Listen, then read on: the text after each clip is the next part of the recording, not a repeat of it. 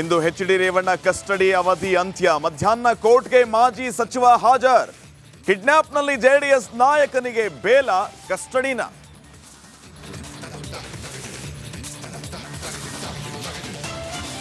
ರಾಜಕೀಯ ತಿರುವು ಪಡೆದ pen drive case. DCM DKShi ವಿರುದ್ಧ ಜೆಡಿಎಸ್ ದಳಪತಿಗಳು ಕೆಂಡಾಮಂಡಲ.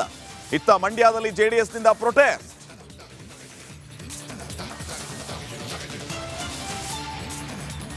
ಮತಗಟ್ಟೆಯಲ್ಲಿ ಬಿಜೆಪಿ ಬ್ಯಾಡ್ಜ್ ಬಳಕೆ. ಭಗವಂತ ಖೂಬಾ ವಿರುದ್ಧ ಎಫ್ಐಆರ್. ಪ್ರಜಾಪ್ರತಿನಿಧಿ ಕಾಯ್ದೆಯಡಿ ಕೇಸ್.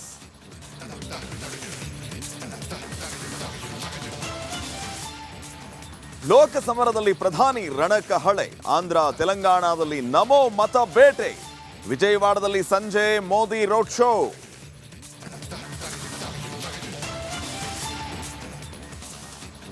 ಮಗು ಕಿಡ್ನಾಪ್ ಕೇಸ್ ಭೇದಿಸಿದ ಬೀದರ್ ಪೊಲೀಸ್. ಔರಾದ ಮೂಲದ ಮಹಿಳಾ ಆರೋಪಿ ಅರೆಸ್ಟ್. ಮರಳಿ ಪೋಷಕರ ಮಡಿಲು ಸೇರಿದ ಮಗು.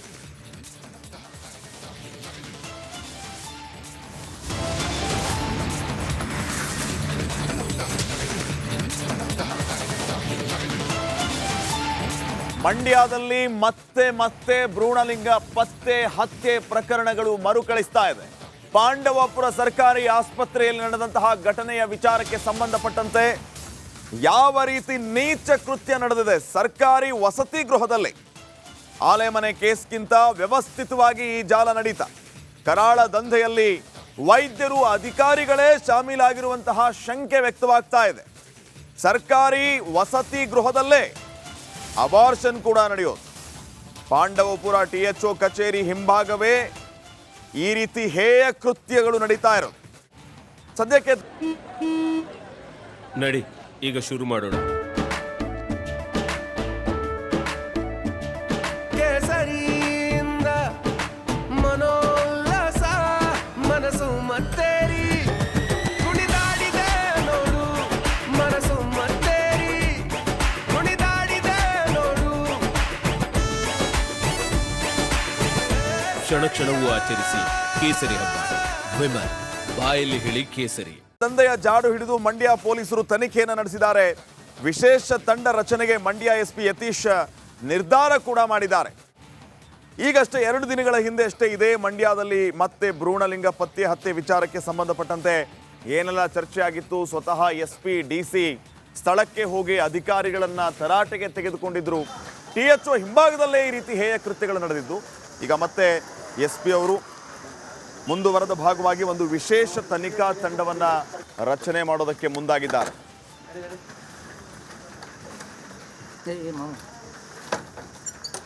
ಈ ಬಗ್ಗೆ ಇನ್ನಷ್ಟು ಮಾಹಿತಿಯನ್ನ ನೀಡ್ತಾರೆ ಪ್ರತಿನಿಧಿ ಆನಂದ್. ಈಗ ನೇರ ಸಂಪರ್ಕದಲ್ಲಿ ಜಾಯ್ನ್ ಆಗ್ತಾ ಇದ್ದಾರೆ. ಆನಂದ, ಮೊನ್ನೆ ಈ ಸಂಬಂಧಪಟ್ಟಂತ ಅಧಿಕಾರಿಗಳು ಹೇಳ್ತಾ ಇದ್ರು, ಇದನ್ನ ಬಹಳ ಗಂಭೀರವಾಗಿ ಪರಿಗಣಿಸಿದ್ದೀವಿ, ಎಲ್ಲಾ ವಿಚಾರಗಳಿಗೆ ಸಂಬಂಧಪಟ್ಟಂತೆ ಸಮಗ್ರ ತನಿಖೆಯನ್ನ ನಡೆಸ್ತೀವಿ ಅಂತ ಹೇಳಿದ್ರು. ಇವತ್ತು ಮತ್ತೆ ಮುಂದುವರೆದ ಭಾಗವಾಗಿ ಈ ರೀತಿಯ ಘಟನೆಗಳು ಮರುಕಳಿಸ್ತಾ ಇರೋದು.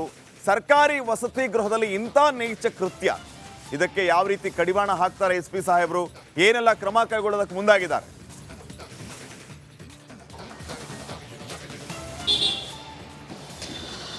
ಶ್ರೀಪಾದ್, ಏನು ಕೆಲ ತಿಂಗಳ ಹಿಂದೆ ಮಂಡ್ಯ ತಾಲೂಕಿನ ಹುಳ್ಳೇನಹಳ್ಳಿ ಗ್ರಾಮದ ಬಳಿ ಆಲೆಮನೆ ಒಂದರಲ್ಲಿ ಭ್ರೂಣ ಲಿಂಗ ಪತ್ತೆ ಹಾಗೂ ಹತ್ಯೆಯನ್ನು ನಡೆಸಲಾಗ್ತಾ ಇತ್ತು. ಅದು ಇಡೀ ರಾಜ್ಯವನ್ನೇ ಬೆಚ್ಚಿ ಬೀಳಿಸಿತ್ತು. ಆ ಪ್ರಕರಣದಲ್ಲಿ ಒಂದಷ್ಟು ಮಂದಿಯನ್ನು ಬಂಧನ ಮಾಡಲಾಗಿತ್ತು. ಈಗಾಗಲೇ ಕೆಲವರು ಬೇಲ್ ಮೇಲೆ ಹೊರಗಡೆ ಬಂದಿದ್ದಾರೆ. ಆದರೆ ಅದಕ್ಕಿಂತಲೂ ವ್ಯವಸ್ಥಿತವಾಗಿ ನಡೀತಿದ್ದಂಥ ಜಾಲ ಈಗ ಬಹಿರಂಗ ಆಗಿರುವಂಥದ್ದು.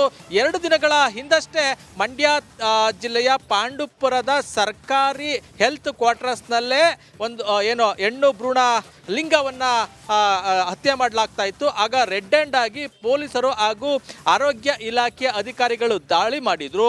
ಅದರಲ್ಲೂ ಕೂಡ ಟಿಎಚ್ಒ ಕಚೇರಿಯ ಹಿಂಭಾಗದಲ್ಲೇ ಇಂಥದ್ದೊಂದು ನೀಚ ಕೃತ್ಯ ನಡೀತಾ ಇತ್ತು. ಇದು ಒಂದು ಬೆಳವಣಿಗೆ ಜೊತೆಗೆ ಆ ಘಟನೆಯನ್ನು ಗಮನಿಸೋದಾದ್ರೆ ಕೇವಲ ಈಗ ಅರೆಸ್ಟ್ ಆಗಿದ್ದಾರೆ ದಂಪತಿ ಆನಂದ್ ಹಾಗೂ ಅಶ್ವಿನಿ ಅಂತ. ಅವರಿಬ್ರು ಕೂಡ ತಾಲೂಕು ಆಸ್ಪತ್ರೆಯಲ್ಲಿ ಹೊರಗುತ್ತಿಗೆ ನೌಕರರಾಗಿ ಕೆಲಸ ಮಾಡ್ತಾ ಇದ್ರು. ಅವ್ರು ಮಾತ್ರ ಭಾಗಿ ಇಲ್ಲ. ಇದ್ರ ಹಿಂದೆ ದೊಡ್ಡ ಜಾಲ ಇರುವ ಒಂದು ಶಂಕೆ ವ್ಯಕ್ತ ಆಗ್ತಾ ಇದೆ. ಅಧಿಕಾರಿಯ ಕಚೇರಿ ಹಿಂಭಾಗವೇ ಈ ಥರದೊಂದು ಕೃತ್ಯ ನಡೀತಾ ಇದ್ರು, ಗಮನಕ್ಕೆ ಬಂದಿರಲಿಲ್ವಾ ಅನ್ನೋದು ಒಂದು ಸಾಕಷ್ಟು ಸಾರ್ವಜನಿಕರಲ್ಲಿ ಚರ್ಚೆ ಆಗ್ತಾ ಇದೆ. ಅದ್ರ ಜೊತೆಗೆ ಈ ಒಂದು ಜಾಲ ಇದೆ, ಇದು ಮಂಡ್ಯ ಜಿಲ್ಲೆ ಅಥವಾ ಪಾಂಡುಪುರ ಸುತ್ತಮುತ್ತ ಮಾತ್ರ ಸೀಮಿತ ಆಗಿಲ್ಲ. ಇದು ಅಕ್ಕಪಕ್ಕದ ಜಿಲ್ಲೆಗಳಿಗೂ ಕೂಡ ಈ ಜಾಲ ವ್ಯಾಪಿಸಿರುವಂಥದ್ದು. ಅಬಾರ್ಷನ್ಗೆ ಒಳಗಾಗಿದಂಥ ಮಹಿಳೆ ಕೂಡ ಮೈಸೂರಿನವರೇ. ಈ ಒಂದು ಏನು ದಂಧೆ ವ್ಯವಸ್ಥಿತವಾಗಿ ನಡೀತಾ ಇತ್ತು. ಮೊದಲಿಗೆ ಹೆಣ್ಣು ಮಗು ಬೇಡ ಅನ್ನೋವಂಥ ಗರ್ಭಿಣಿಯರು ಜೊತೆಗೆ ಅವರ ಕುಟುಂಬಸ್ಥರನ್ನ ಟಾರ್ಗೆಟ್ ಮಾಡಲಾಗ್ತಾ ಇತ್ತು. ಅವರನ್ನ ಮನವೊಲಿಸಿ ಆನಂತರ ಏನು ಸ್ಕ್ಯಾನಿಂಗ್ಗೆ ಕರ್ಕೊಂಡು ಹೋಗ್ತಾ ಇತ್ತು.